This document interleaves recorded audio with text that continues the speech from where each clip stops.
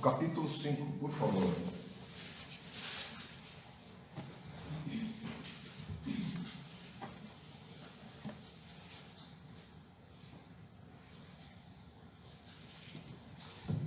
Nós vamos fazer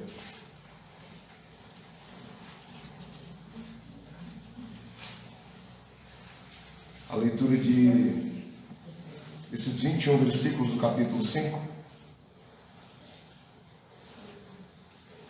Nós vamos fazer a exposição desses textos bíblicos, para que nessa manhã o Senhor possa nos edificar um pouco mais. Quero falar da minha alegria, de ver alguns rostinhos que já fazem muito tempo que eu não via, A irmã Ana, que já fazia, acho que desde a pandemia que a gente não se viu, E alguns irmãos vieram para a parte da manhã e a gente não conseguiu se ver mais à noite, Então, minha alegria em ver vocês também, tá bom? Obrigado a todos que nos visitam mais uma vez, tá bom? Que o Senhor possa abençoar a vida de vocês. Então, nós vamos ler esses 21 primeiros versículos aqui do capítulo 5 e nós vamos fazer a exposição desses versículos para nós. Carta de Paulo a Efésios, capítulo 5. Antes de nós começarmos a ler, irmãos, deixa eu situar vocês do que era a cidade de Éfeso, tá bom? Na cidade de Éfeso tinha um grande templo pagão, que era um templo a deusa Diana. A cidade de Éfeso era uma cidade muito promíscua. Os sacrifícios em alguns templos em Éfeso eram feitos por sacerdotisas, e os sacrifícios eram feitos por sexo. Existia muita corrupção e existia uma cultura de muitos deuses em Éfeso. Quando Paulo escreve essa carta à igreja de Éfeso, ele escreve para moldar os cristãos que estavam em Éfeso. E eles estavam muito próximos do que estava acontecendo no mundo pagão. Então, ele começa dizendo assim, olha: portanto, sede imitadores de Deus como filhos amados. Andai em amor como Cristo, que também nos amou e se entregou por nós, a Deus como oferta e sacrifício como aroma suave. Entre vós não deve haver nenhuma menção de imoralidade sexual, como também de nenhuma espécie de impureza e de cobiça, pois essas atitudes não são adequadas aos santos. Não haja obscenidades, nem conversas tolas, nem gracejos imorais, que são inconvenientes, mas ao invés disso, portai-vos com ações de graça. Porquanto podeis estar bem certo disto: nenhum imoral, ou impuro, ou ganancioso, que é idolatria, tem herança no reino de Cristo e de Deus. Ninguém vos engane com palavras destituídas de sabedoria, porque é justamente devido a esse comportamento que a ira de Deus vem sobre os filhos da desobediência. Porquanto, não sejais participantes com eles. Pois no passado erais trevas, mas agora sois luz no Senhor, assim andai como filho da luz. Porquanto o fruto da luz consiste em toda bondade, justiça e verdade. E aprendei a discernir o que é agradável ao Senhor. E não vos associeis às obras infrutíferas das trevas, pelo contrário, condenai-as. Pois é vergonhoso até mesmo a mencionar as coisas que fazem as escondidas. Mas todas essas atitudes, sendo condenadas, manifestam-se pela luz, pois absolutamente tudo se torna visível diante da luz. Por isso é que foi dito: desperta, ó tu que dormes, levanta-te dentre os mortos, e Cristo resplandecerá sobre a tua pessoa. Portanto, estais atento, para que o vosso procedimento não seja semelhante aos insensatos, mas andei em sabedoria, aproveitando bem cada oportunidade, porque os dias são maus. Portanto, não sejais falso de juízo, mas buscais compreender qual é a vontade do Senhor. E não vos embriagueis com vinho, que leva à devassidão, mas deixai-os encher pelo Espírito, falando entre vós com salmos hinos e cânticos espirituais, cantando e louvando de coração ao Senhor, e cotidianamente dando graças por tudo a Deus, o Pai, em nome de nosso Senhor Jesus Cristo, sujeitando-vos uns aos outros no temor de Cristo. Amém? Então Paulo aqui ele vai estar fazendo uma série de advertência aos cristãos que estavam na igreja de Éfeso. Provavelmente quem estava pastoreando era João. João era o pastor da igreja de Éfeso. Em meio à sociedade que nós temos lá em Éfeso, hoje a nossa sociedade ela não é diferente da sociedade de Éfeso. Não muda, a nossa sociedade hoje não muda nada a sociedade em Éfeso. Então, se não muda nada a sociedade de Éfeso, essa palavra ela é muito contemporânea para nós. Porque nós vivemos em meio a um mundo que está totalmente perdido. Então, a primeira coisa que Paulo vai nos advertir diz assim: olha, portanto, sede imitadores de Deus como filhos amados. E a pergunta é a seguinte: pastor, como é que eu posso ser imitador de Deus? Como é que eu posso ser imitador de um Deus que é soberano, que é o governo do mundo? No versículo 2, Paulo responde como nós podemos ser imitadores de Deus. Olha o que ele diz: andai em amor como Cristo, que também nos amou e se entregou por nós a Deus como oferta e sacrifício como aroma suave. Como é que eu posso imitar a Deus, pastor? Quando eu ando em amor. Mas não é só andar em amor. É quando, além de eu andar em amor, eu me sacrifico pelo outro. É quando eu sinto a dor do outro. Porque o próprio Jesus diz assim: não existe amor maior que dar a vida pelo outro. Nós não somos imitadores de Deus, irmãos, porque nós usamos uma Bíblia debaixo do braço, ou porque nós temos uma carteirinha de crente de alguma igreja. Nós só somos imitadores de Deus como nós temos as atitudes que Deus teve. E a maior atitude que Deus teve foi dar a vida do filho dele por um emprestado que era eu. E mais, estava em pecado. Deus não viu nada de bom em mim. E mesmo assim ele sacrificou a vida do seu filho. Então, para ser imitador de Deus, é preciso amar. Mas não é somente amar a Deus, é também amar o nosso próximo. No versículo 3, ele diz assim: olha, entre vós, isso aqui é a primeira parte, ele vai mostrar como nós somos imitadores de Deus, como é que nós temos que ser imitadores de Deus. E aí, a partir de agora, no versículo 3, ele vai dizer aquilo que nós não podemos mais fazer. Já que eu sou imitador de Deus, algumas coisas eu não posso mais fazer.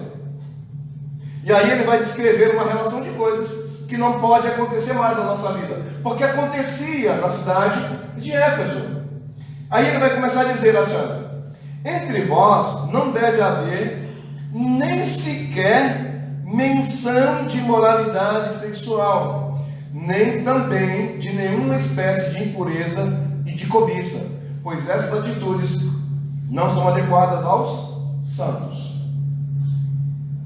E aí, irmãos, vamos pensar um pouquinho. Qual é a primeira menção que ele diz que não podemos ter? Imoralidade sexual. E a pergunta é: pastor, o que é imoralidade sexual? Porque dá a impressão que imoralidade sexual é só uma prostituta. A prostituta é uma imoralidade sexual. Mas quando a gente vai ver a imoralidade sexual, ela tem uma listinha. O que é imoralidade sexual, pastor? Cobiçar alguém. Pastor, você está dizendo que cobiçar alguém é imoralidade sexual? É. Sabe quando a gente dá uma olhada para aquela moça e diz assim: ah, lá em casa uma dessa. A Bíblia já coloca como imoralidade sexual. O que é imoralidade sexual? Prostituição. Pastor, prostituição é só aquela prostituta lá, a mulher que está... Não.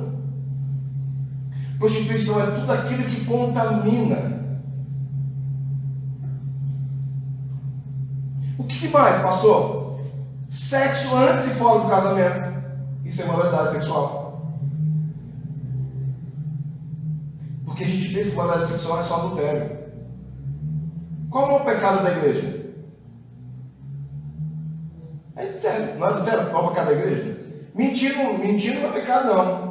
Roubar não é pecado, não. Mas adulterar, irmãos, tem que castigar esse irmão. O que mais é imoralidade sexual, irmãos? Homossexualidade. Homossexualidade é imoralidade sexual. Por que é imoralidade sexual? Porque você inverteu os papéis. Você contaminou a coisa que deveria ser. Era homem com mulher, agora mulher com mulher e homem com homem. Contamina, muda, inverte os valores. O que mais é imoralidade sexual? Incesto.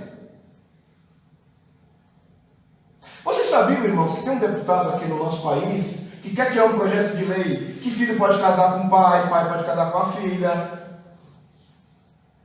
E vai virar tudo em família, que coisa bacana. Isso é incesto.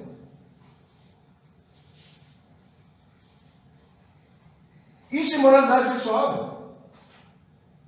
E digo mais, irmãos, não sei se daqui a alguns anos essa lei vai ser aprovada no nosso país, viu? Porque a gente tem uma ideia, Leandro, que o mundo vai melhorar, né? O mundo está indo e vai melhorar. Não. A Bíblia diz que o mundo está indo ao caos.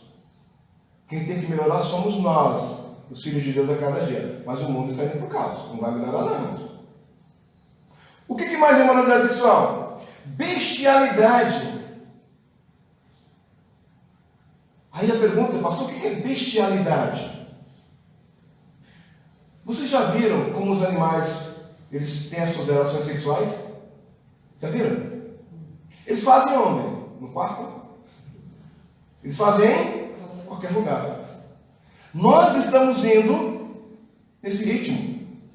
Nós vamos passar na rua e o sexo está sendo feito no meio da rua e você não pode falar nada.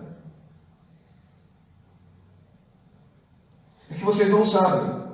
No final de semana anterior à inauguração dessa igreja, teve um grande pancadão aqui na frente, aqui, ó. E nós estávamos aqui arrumando algumas coisas, e os menininhos fazendo sexo com as meninas na frente da igreja, em cima do capô do carro. Vocês acham que está longe isso? O que mais tem dentro do pancadão? Isso é bestialidade. Vai chegar um momento em que o homem e a mulher vão fazer sexo em qualquer lugar, aberto, e você não pode dizer nada. Isso é imoralidade sexual. Sabe por quê? Porque isso é praticado dentro do templo. Então quem ia no templo não ia sacrificar um bode, uma ovelha. O sacrifício era o corpo dele. Então a primeira coisa que Paulo diz assim, olha, entre vós não deve haver nem menção sequer. Não pode nem mencionar isso no nosso meio. Você imagina fazer. Pensar. Nós não podemos fazer nem menção disso no nosso meio. O que não pode ter no nosso meio? Impureza. O que é impureza, pastor? Vamos lá. Impureza é imundícia, porcaria, sujeira. O que é impureza, irmãos? Quando a Bíblia fala de impureza, quem já ouviu falar em chiqueiro de porco? Alguém já viu chiqueiro de porco aí? Não é?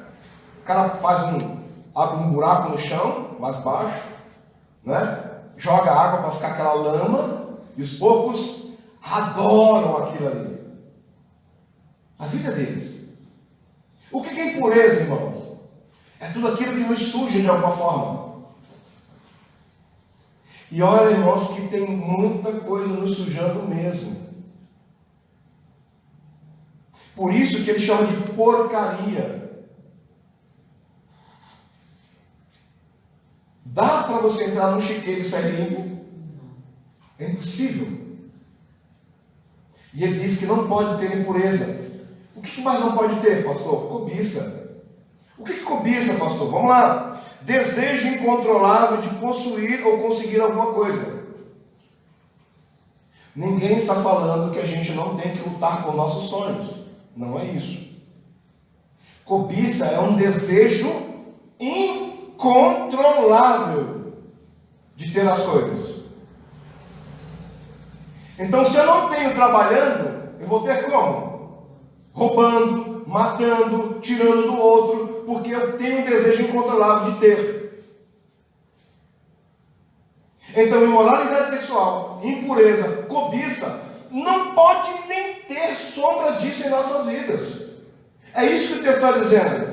Por essas atitudes, não são adequadas aos santos. Quem são os santos? Somos nós. E aí Paulo continua descrevendo algumas outras coisas. Não haja obscenidade. Pastor, o que é obscenidade? Vamos lá. Obscenidade é expor de forma vulgar ou apelosamente, de forma sexual, o nosso corpo.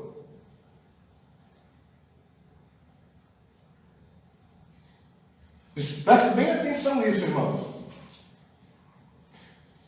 Essa ideia de obscenidade é quando eu propositalmente exponho o meu corpo de uma forma sexual para atrair outras pessoas. Por isso que nós precisamos tomar muito cuidado, isso não é só para mulher não, para homem também, com a forma com que nós nos vestimos. Porque muitas vezes nós vamos estar sendo obscenos. Nós vamos estar fazendo apelos sexuais. Existem alguns lugares, irmãos, que é impossível você estar aqui em cima. E já aconteceu comigo várias vezes. De você estar aqui em cima e você ter que descer daqui de cima porque não pode ficar. É impossível um homem ficar aqui em cima. Mas não é só para os homens, as mulheres também. Cuidado, irmãos, quando você se veste. Porque você pode excitar algumas coisas.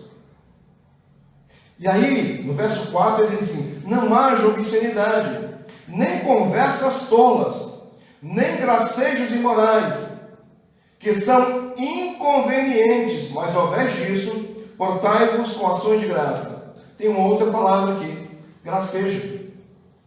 Pastor, o que é gracejo? Vamos lá. Dizer coisas engraçadas. Pastor, você não está dizendo que a gente não pode dizer uma coisa engraçada? Não, não foi isso que eu disse. Porque olha o que o texto disse. Você não pode fazer gracejos imorais. Sabe aquela piadinha suja que a gente escuta o nosso colega de trabalho falar e a gente dá risada junto com ele? Sabe aquela piadinha suja que o nosso colega de escola diz, da amiguinha de sala de aula, e a gente dá risada junto com ele? Ninguém está falando que a gente não pode ouvir uma piada e rir, não é essa a questão. O texto está dizendo que ela não pode ser imoral.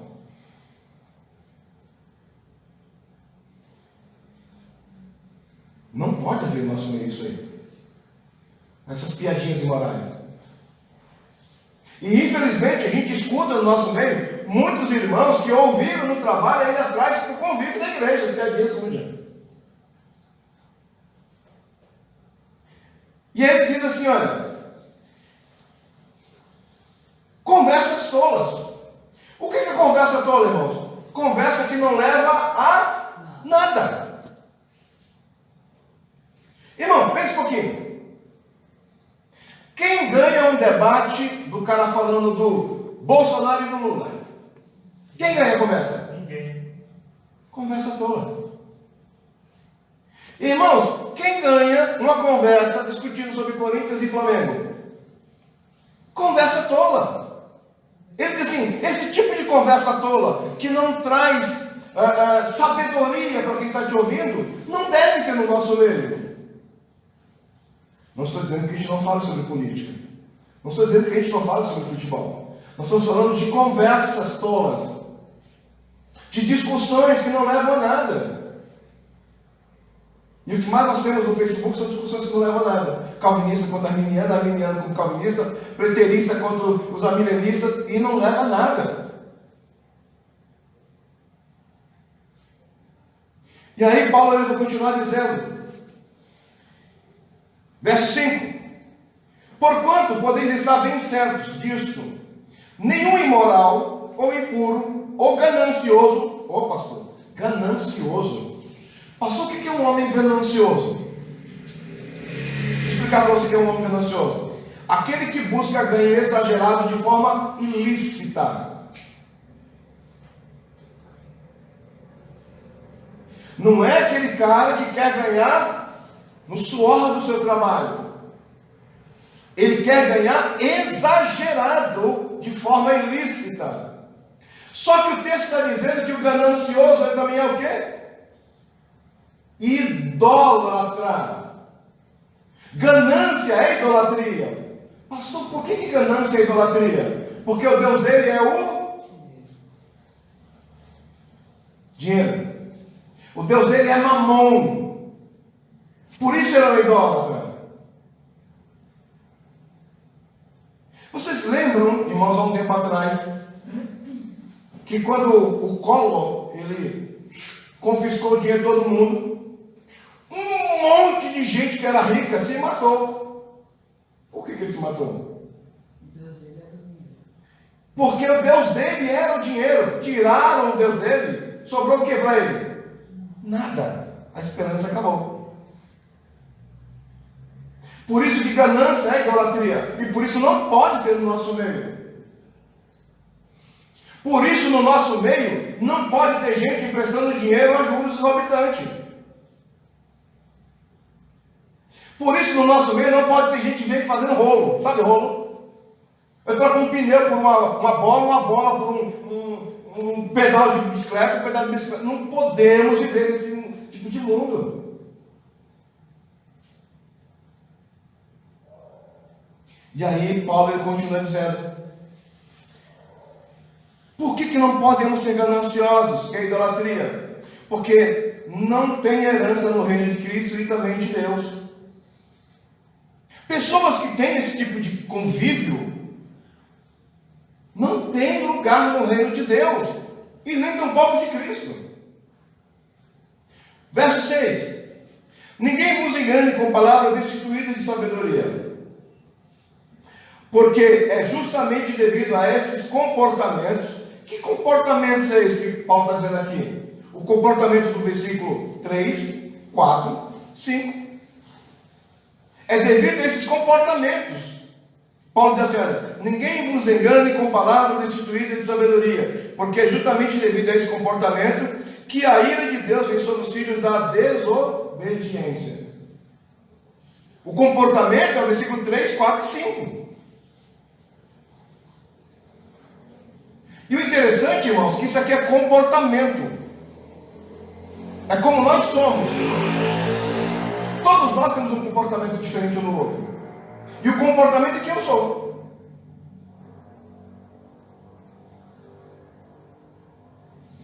Essa é a ideia.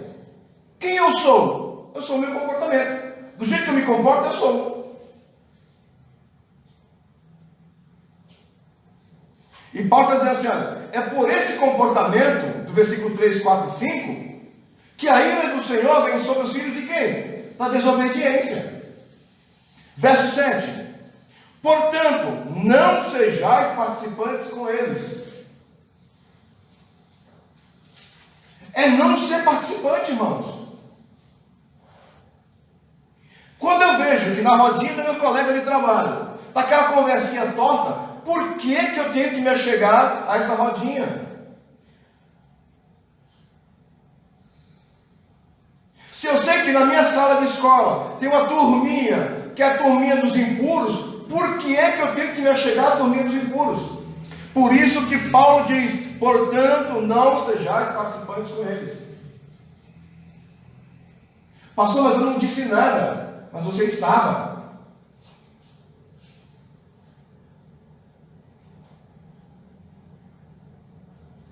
Pega você dentro de um carro, com um cara que acabou de fazer o roubo, você deu uma corona para ele. Mas não foi eu que roubei. Mas você estava? Essa é a ideia. Se eu vejo que aquele ambiente não é bom para mim, não posso fazer parte dele. Verso 8. Olha que coisa interessante, irmãos. Por que é que eu não posso ser participante com eles?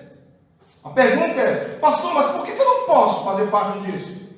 Verso 8 começa a responder. Pois no passado eras trevas. Trevas aqui eram praticantes. Antigamente vocês tinham esse comportamento. E aí ele continua. Mas agora sois luz no Senhor. Assim andai como filhos da luz. E a pergunta é o seguinte, pastor, como é que é andar como filhos da luz? A partir de agora nós temos que iluminar outros. Eu não posso participar, eu tenho que tirá-los de onde eles estão. Eu não entro, eu tiro eles. Pode assim, antigamente vocês tinham esse comportamento pecaminoso, mas agora vocês são filhos da luz do Senhor. E aí ele vai dizer assim andai como filhos da luz. A minha obrigação a partir de agora é iluminar outras pessoas que tenham o mesmo comportamento, que eu tinha. É tirando-os desse comportamento. Verso 9. Portanto, o fruto da luz consiste em toda bondade, justiça e verdade. Pastor, quais são os frutos da luz? Gálatas capítulo 5. Esse é o fruto da luz. Longanimidade, bondade, mansidão, amor, perseverança. Isso é fruto da luz. Então eu não posso mais me contaminar. Eu vim para a luz, daqui a pouco eu volto para as trevas de novo. Não. A partir de agora, eu preciso gerar frutos dessa luz. Verso 10. Isso é muito importante. Aprendei a discernir o que agrada ao Senhor. E a coisa mais difícil que a gente tem, irmãos, é entender o que agrada ao Senhor. O que agrada ao Senhor? Falar em línguas agrada ao Senhor?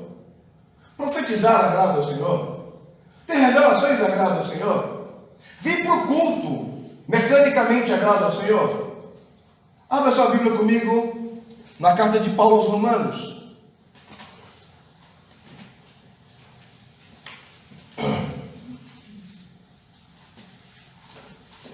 No seu capítulo 12. E nós vamos entender o que agrada ao Senhor. Vai? Romanos capítulo 12, verso 1 e 2.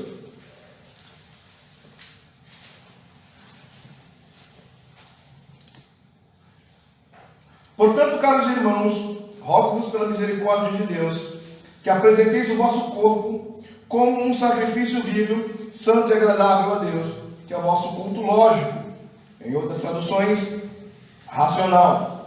E não vos amoldeie ao sistema deste mundo, mas sede transformados pela renovação das vossas mentes, para que experimenteis qual seja a boa, agradável e perfeita vontade de Deus. E a pergunta é o seguinte, pastor, qual é a boa, perfeita e agradável vontade de Deus? A resposta está no versículo 1.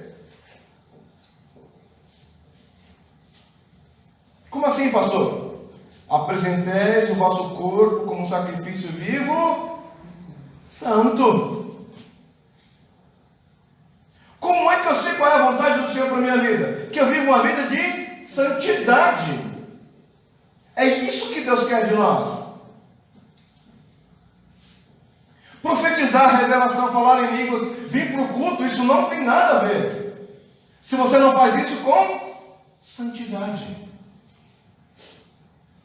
Ai, pastor, eu vou para o culto hoje, o pastor não me mandar um zap no final do dia, perguntando por que eu não fui no culto hoje. Isso não tem nada a ver. Se você não sai da sua casa para vir para o culto, em santidade. Por isso que Paulo diz assim: aprendei a discernir o que é agradável ao Senhor. O que é agradável ao Senhor? Santidade. Que é o inverso de imoralidade sexual, ganância, cobiça, impureza. Verso 11: e não vos associeis às obras infrutíferas das trevas, pelo contrário, condenai-as. Abra sua Bíblia comigo, irmãos, lá em Romanos capítulo 6. Vamos lá para Romanos capítulo 6.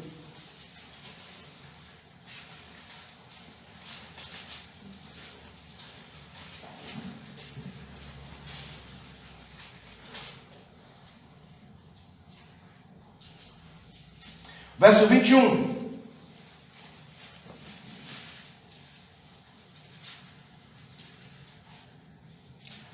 Romanos capítulo 6, verso 21.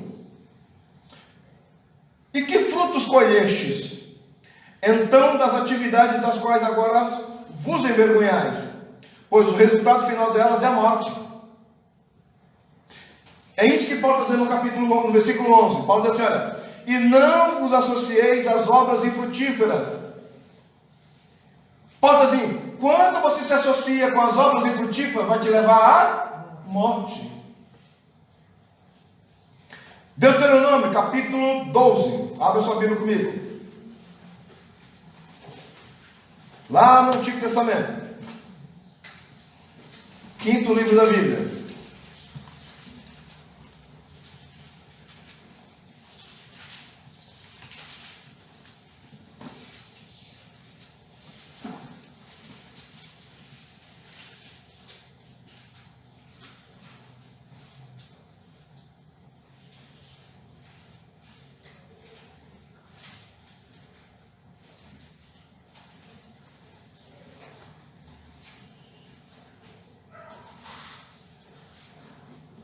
Verso 32.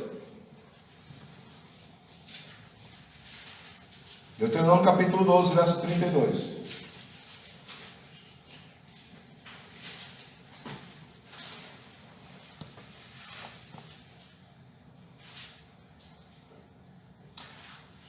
Portanto, aplica-te a pôr em prática tudo que eu te ordeno.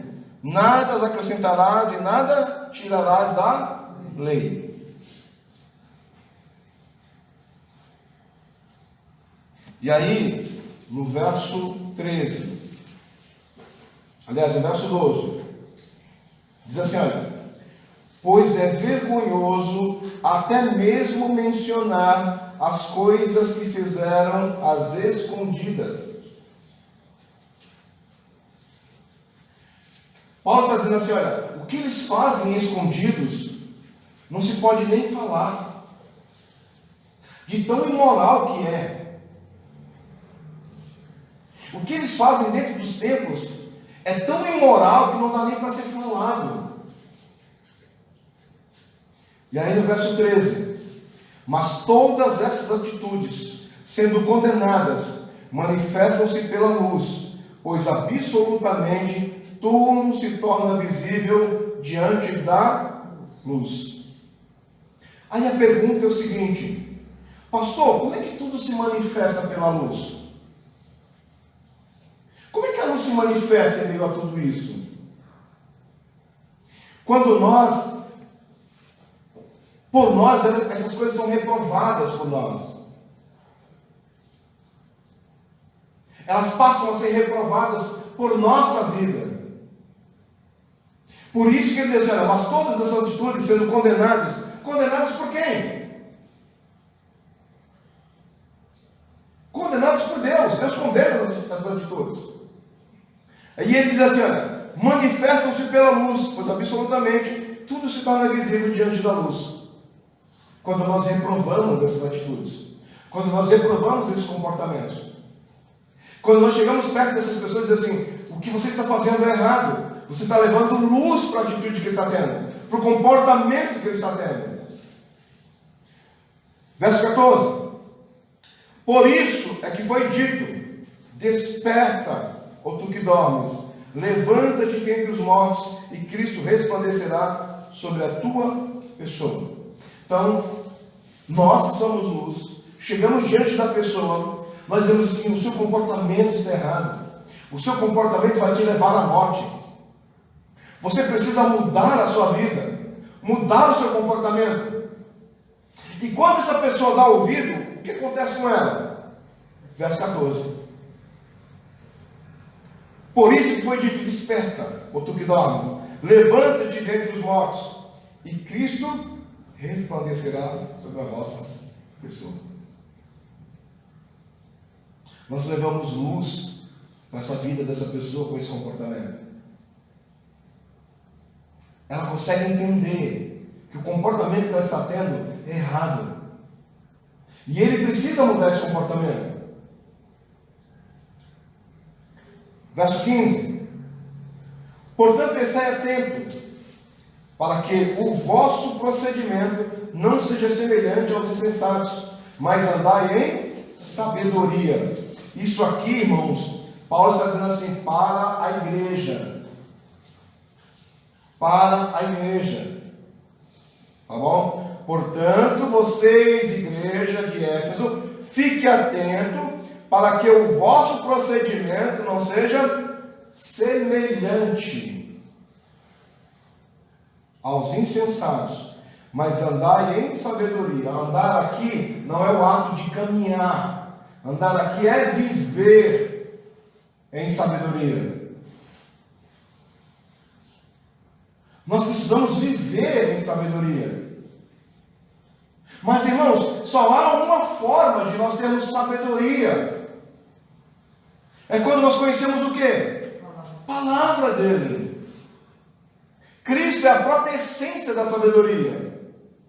E ele mesmo diz assim: se você não tem, peça que eu te dou. E mais, nunca vou te jogar na cara isso aí.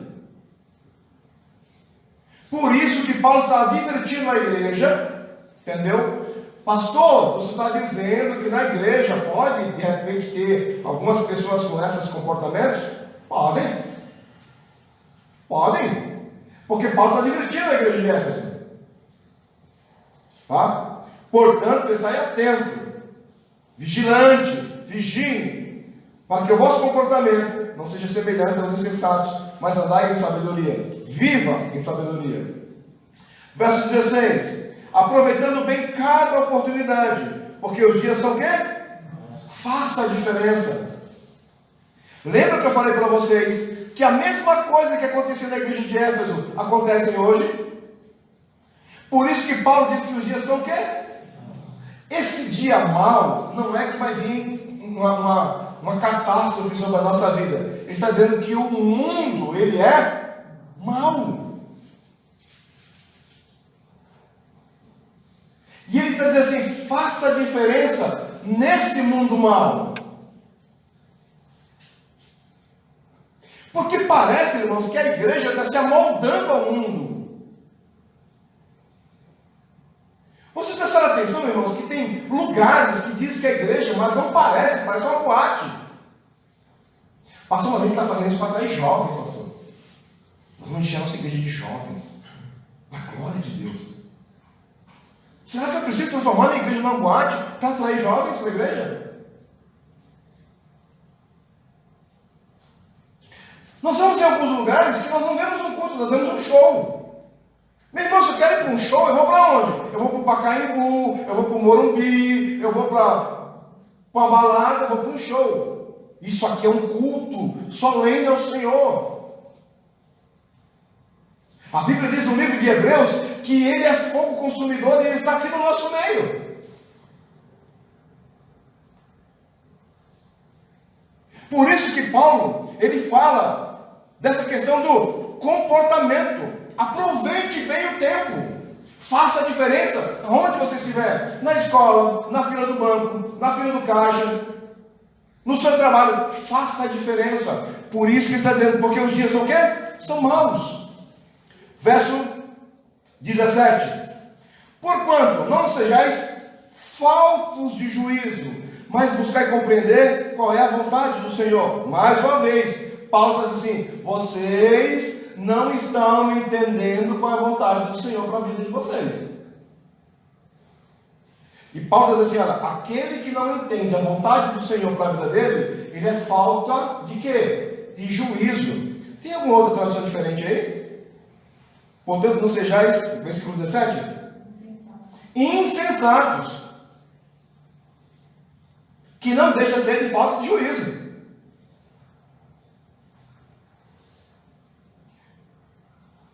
Porquanto não sejais falta de juízo ou insensato, mas buscar compreender qual é a vontade do Senhor.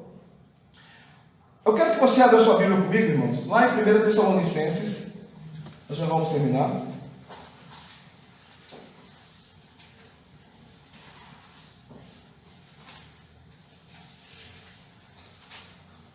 Primeiro Tessalonicenses,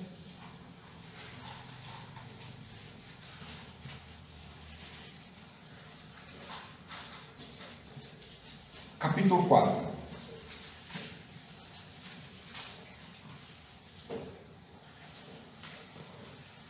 Primeiro Tessalonicenses 4:3.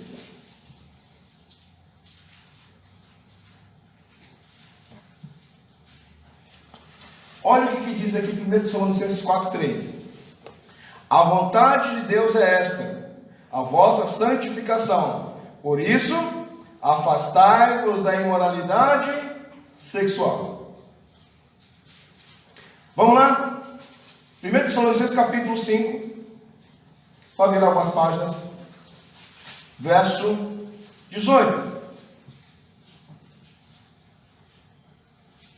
Qual é a vontade do Senhor para a nossa vida?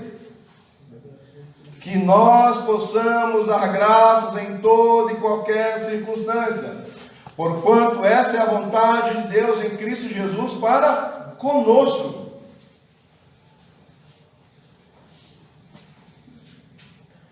Verso 19.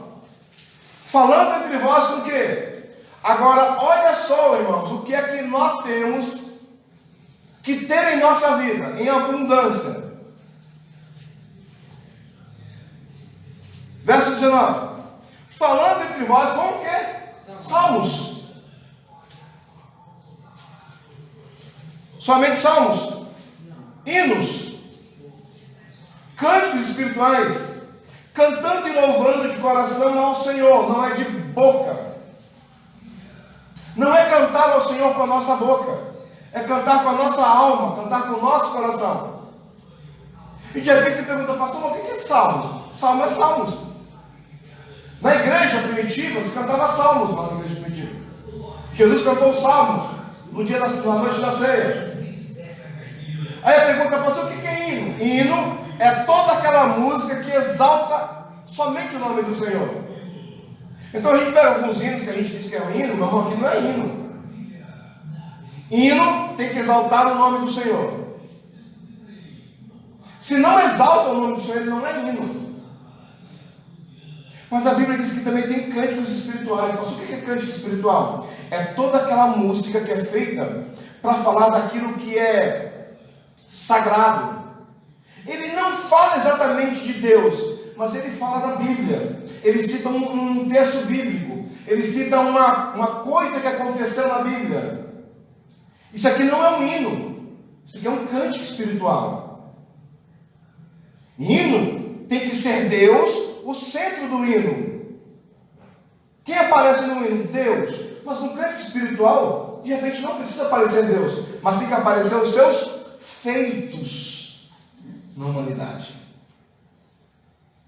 E é por isso que o texto diz que esse tipo de coisa precisa estar no nosso meio. Cantando e louvando de coração ao Senhor, não é de boca.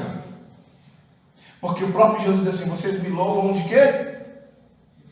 Mas o coração está longe. Verso 20. Cotidianamente dando graças por tudo a Deus, o Pai, em nome de nosso Senhor Jesus Cristo.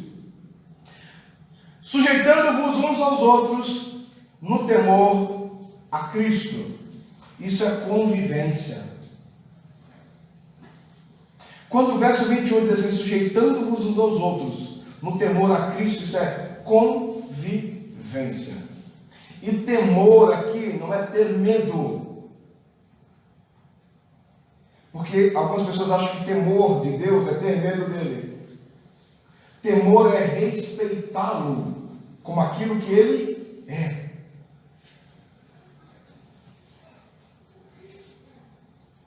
Convivência. É muito bom conviver com Deus, bem com Ele. Mas muito mais importante é como nós convivemos com os nossos irmãos ou com o nosso próximo. Por isso é muito importante. Pastor, mas tudo isso parece muito difícil. E é, quando eu não estou em Cristo. Por isso que Cristo é o único que consegue fazer com que nós possamos fazer essas coisas que Paulo ensinou.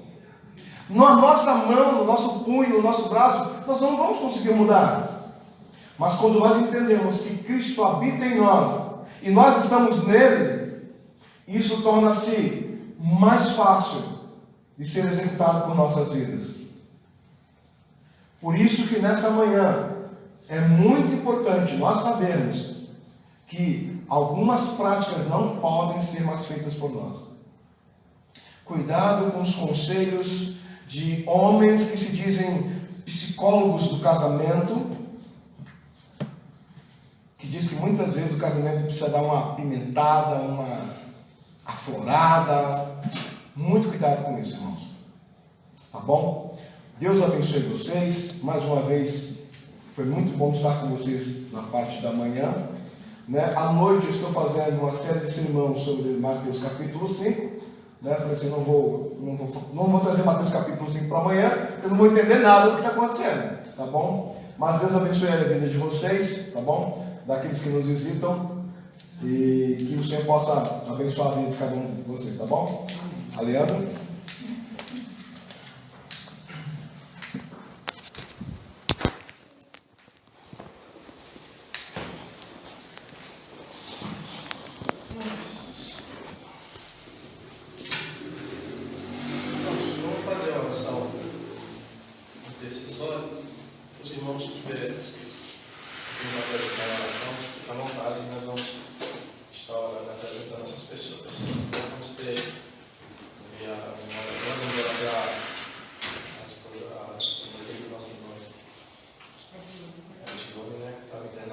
Graças a Deus está em casa, também o parente da irmã Cris também, que graças a Deus já saiu do hospital, está em casa, né? E nós somos gratos a Deus por essas pessoas que o Senhor tem cuidado e graças a Deus tem se recuperado.